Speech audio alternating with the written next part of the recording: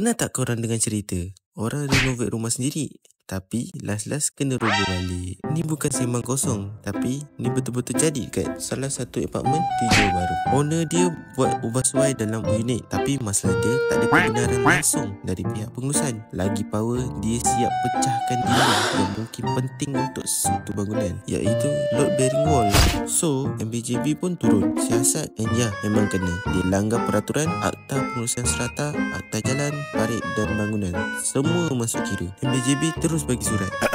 Hubung balik semua kerja ubah suai itu dalam masa 7 hari. Kalau tak, tindakan boleh diambil. Bayangkan, duit dah keluar, tenaga dah guna, and dah kena ubah balik semula. So, pengajaran kita boleh dapat, nak ubah suai rumah, jangan main redah. Dapatkan kelulusan dulu. Kadang benda simple je, tapi kalau salah langkah, boleh jadi mimpi ngeri. Jadi kalau korang tengah plan hari renovate Tenogi, dia biar lambat, asas lambat.